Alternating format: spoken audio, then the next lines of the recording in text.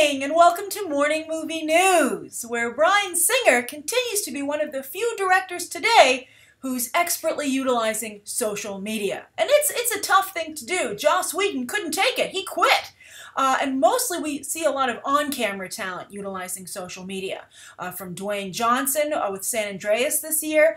Vin Diesel, of course, utilizes it expertly with his Fast and Furious films. And then even Chris Pratt did a very good job with his social media accounts to really not only advertise Jurassic World, but to thank fans for going, which in a way is also advertising. But you don't see a lot of talent behind the camera utilizing social media, at least not so well.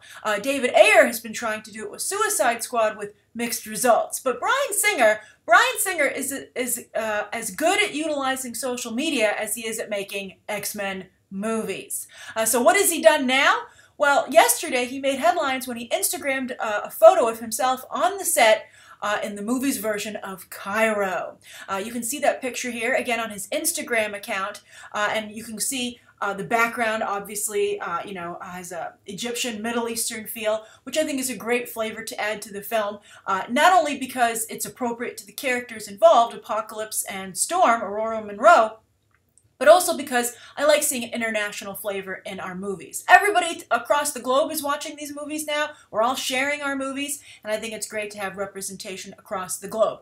And not just in places where they go and see the movies. You know, China and Asia overall is getting a lot of attention right now because they're such a huge box office draw. Same with Mexico and Russia. But I think if you put more elements in movies from other parts of the world, perhaps you'll inspire those populations to go and see American movies as well.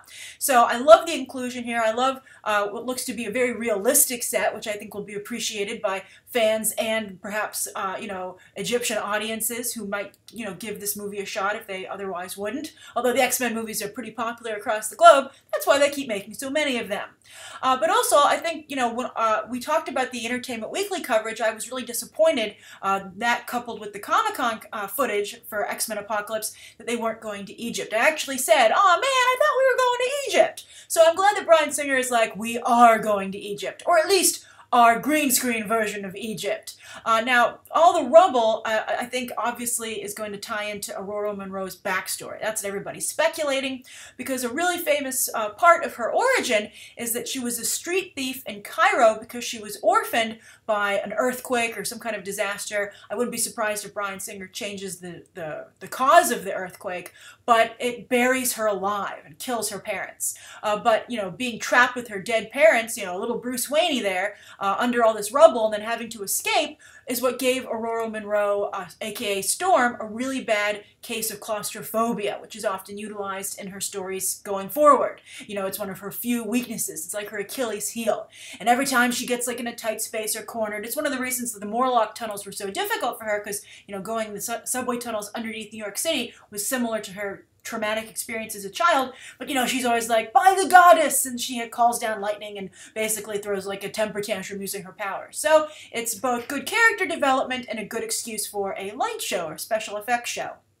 So I think that's very promising, and I think it's really, really good that they're taking the story to Egypt. I think that's what we all want to see. That's where Ensaba Nur, aka Apocalypse, is from. And of course, this is something interesting. A lot of people have said, Aurora isn't from Egypt. What are you talking about? That's true.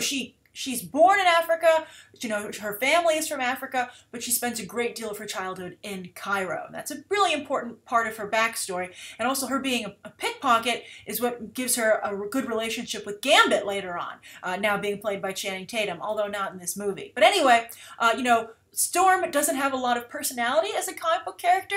I really have been hoping for some time, I think we all have, that someone would rectify that. No one has. And I don't know if Alexandra Shipp is the one to do so. Even Storm's solo comic right now, it's really hard. She always comes across as so regal that it's really hard. She suffers a little bit from the Superman, problem.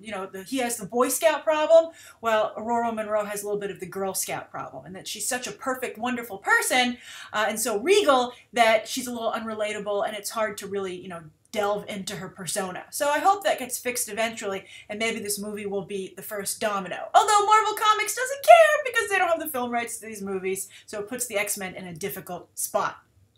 So that's the first story of the day, and I'm very curious to what you think of this photo. What do you think of Bryan Singer's ability to use social media? Does it make a difference to you? And are you excited to maybe get some, finally some good, at least some good coverage and focus on Storm, even if the character isn't as well realized as we would like? All right, so for the second story of the day, Daniel Radcliffe. J.K. Rowling announced that she's doing a play called Harry Potter and the Cursed Child, and it appears that Daniel Radcliffe likes to curse a lot because he's continuing his rap crusade.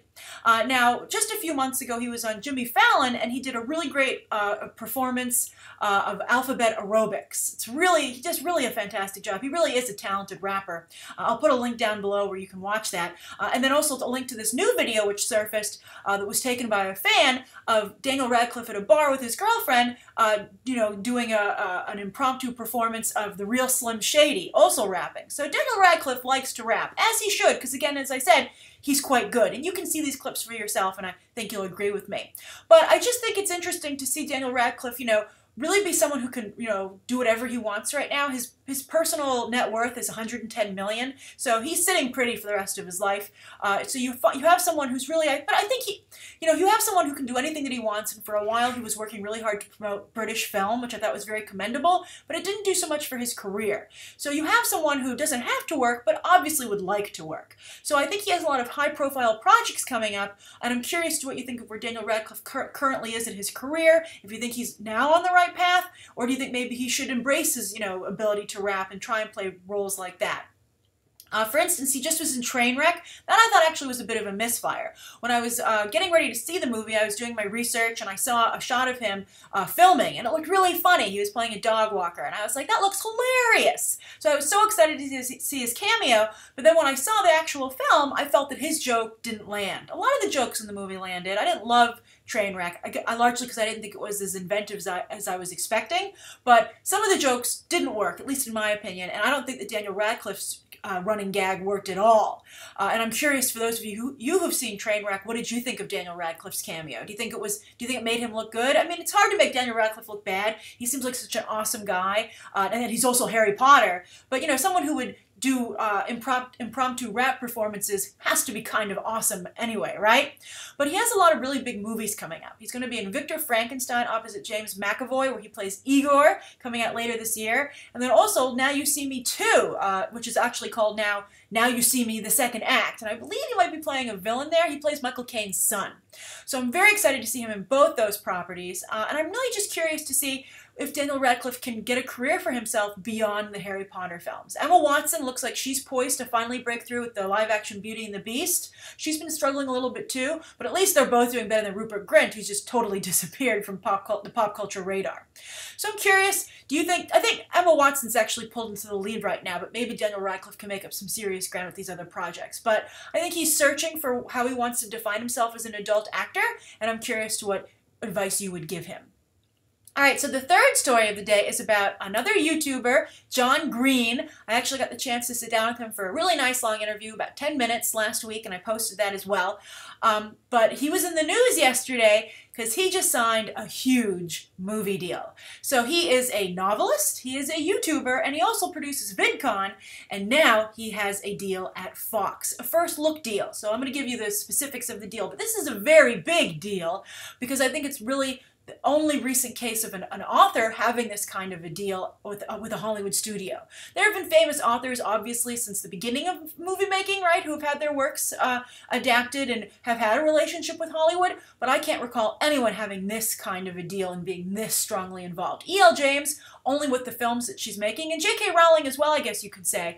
I guess maybe J.K. Rowling would be, this is like a smaller version of J.K. Rowling's deal because this is the difference. J.K. Rowling, of course, is only for Harry Potter, really, right? But this is John Green just becoming like a movie maker. So it's not so specific. So I think that's why it's a little bit more interesting, and J.K. Rowling seems a little bit more like what we've seen before. But anyway, so what's the deal? So it's with Fox, which has distributed both The Fault in Our Stars and Paper Towns, which opens on Friday. I'm seeing it tonight, so my review will go out tomorrow. But they have been working with Wick Godfrey and Marty Bowen from their production shingle is called Temple Hill, and that's who's been currently producing John Green's novels for him. I think he has a producing credit, but he's not been intimately involved. But Fox is so happy with the movie so far that they've made a deal with John Green through Temple Hill for a first look deal. What's a first look deal?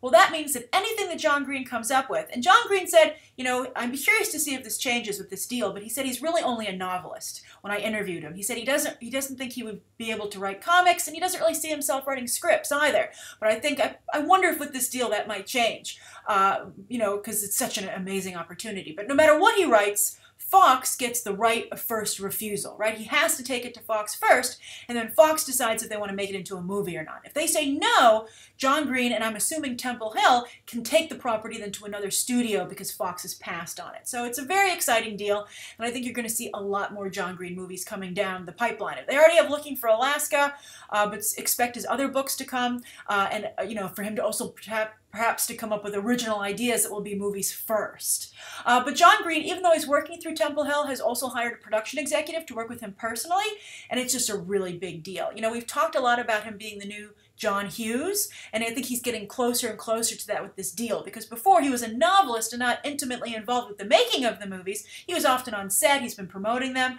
but now he will really help shape them, and that's very exciting for him, and it's very exciting, I think, for YouTube. That's a really big stamp of legitimacy for YouTubers in general. So congratulations to John Green. It could not have happened to a nicer or smarter guy.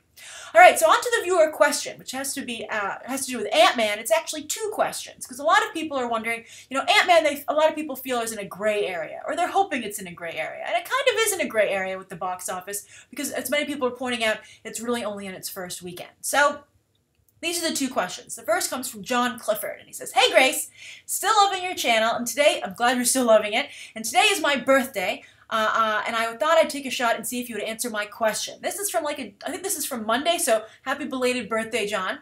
And John says, my question is, with Ant-Man only making $58 million for the opening weekend, still more than The Incredible Hulk, by about like $3 million, do you think it will stop Marvel from making another one? Or do you think it will be like Captain America the Winter Soldier with a sequel that outperforms the first? And then Brody Rule, a very frequent BTT viewer, chimed in and had a similar question, so I thought I'd pair them together. And he said, "Hey Grace, love your show, watch it every day. My question is, do you think Ant-Man failed? It has a pretty good, it's gotten pretty mixed reviews, and is the lowest opening for Marvel in a long time. Do you think this is a result of oversaturation of the superhero film, or are people just too interested in the BVS trailer to go and see Ant-Man?" Wink smiley face. What do you think? Keep up the great work. Well, I'm going to have a video coming out later today or tomorrow talking about Marvel in general and where they find themselves right now. But as for Ant-Man itself, I talked about this yesterday on a video I made about what I think needs to happen in Ant-Man 2, and I really came to the conclusion that it would actually benefit Ant-Man to maybe move to Netflix, or at least be a cheaper film if they were to make a sequel. But the upcoming slate is so crowded for Marvel, and Ant-Man, its box office numbers right now are so low, I don't see Feige making room for an Ant-Man movie if this is the kind of box office returns they're going to get. Now, Captain America is a marquee player, and they did a wonderful job building that character up. But that movie went on to make a decent amount of money, so I think it depends on where Ant-Man is going to end up in the scheme of things. Also, Ant-Man, unfortunately, I saw some people say that it felt very much like a Phase 1 movie, and I think that's an interesting thing to say, because I think people were a little more forgiving in Phase 1. But, this is the problem when you start introducing characters later on, like starting to have, new characters get their own solo movies. It worked, Guardians of the Galaxy fit perfectly with the MCU. I had some problems with the creative choices that were made, but, I did think that it fit with the MCU and it seemed like a Phase 2 movie. But Ant-Man had some problems, as I discussed in my video yesterday. So I think that, when the MCU was first getting off the ground, people were more forgiving of those kind of problems, as evidenced in Thor and Captain America, the First Avenger. But now, people, you can't keep taking steps back, right? People want to see the MCU evolve and grow, not deflate, inflate, deflate, inflate. I think it's just going to be like, it's too much of a roller coaster ride creatively. You want an emotional roller coaster ride for your characters, not in terms of the quality of the films that are being produced. So I think the oversaturation of the superhero market might have something to come into play, but I think if you're going to look at this bottom line as to why Ant-Man didn't quite work out, I think it's just a property that was doomed to begin with. I think that Ant-Man is not really a character that's going to be someone that people go and see on the big screen. He's never been a big player in the comics. You know, at least Iron Man and Captain America and Thor were major characters in the Avengers, even if that wasn't always the flagship titles for Marvel. At least they were a pretty big deal. Ant-Man's never been that big a deal, except for creating Ultron, and they took that away from him in the MCU. So there's a big problem right there. I think that, you know, you have to be careful that you don't start to be too derivative of characters that already exist. I mean, they already have their scientists. They've already got Bruce Banner. They've already got Hank Pym. I'm sorry, Hank Pym's the problem. Tony Stark. And I think that while comic book readers can take, you know, as many of these types of characters as, you know, they can have thrown at them, I think the mainstream movie-going audience isn't as elastic or as interested in different variations of the same character.